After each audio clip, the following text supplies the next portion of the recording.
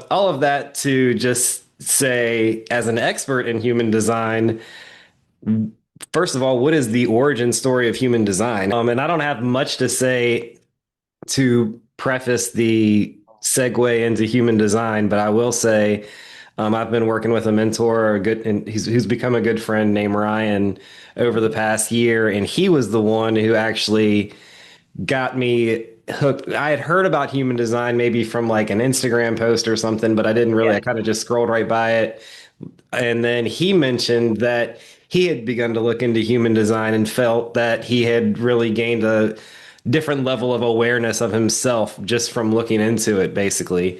He was just kind of starting to dig into it himself when he was talking about it, but it sparked my curiosity. And I actually had connected with another lady named Michelle, ironically, in the Richmond area who has studied human design.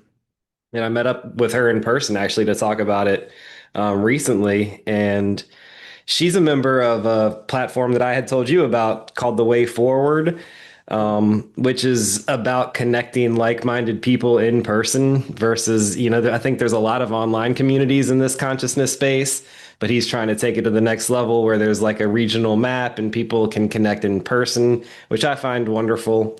But I say all of that to say that over the last really since I got back from Teotihuacan, I started looking into it a little bit more. I downloaded this app that the other Michelle had told me to download called Neutrino Design.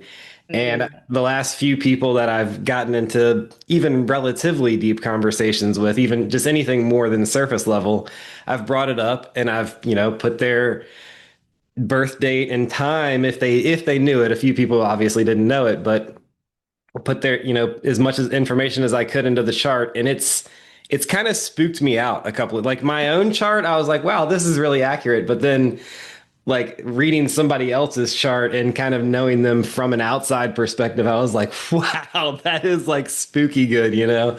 Um, so all of that to just say, as an expert in human design, first of all, what is the origin story of human design? And then I did a little bit of just research, and obviously the skeptics are calling it a pseudoscience, as they do with a lot of stuff in this realm. Yeah. But it also said that it is resonating and growing in popularity, especially among those who are seeking authenticity in a world where chaos is, exponentiating.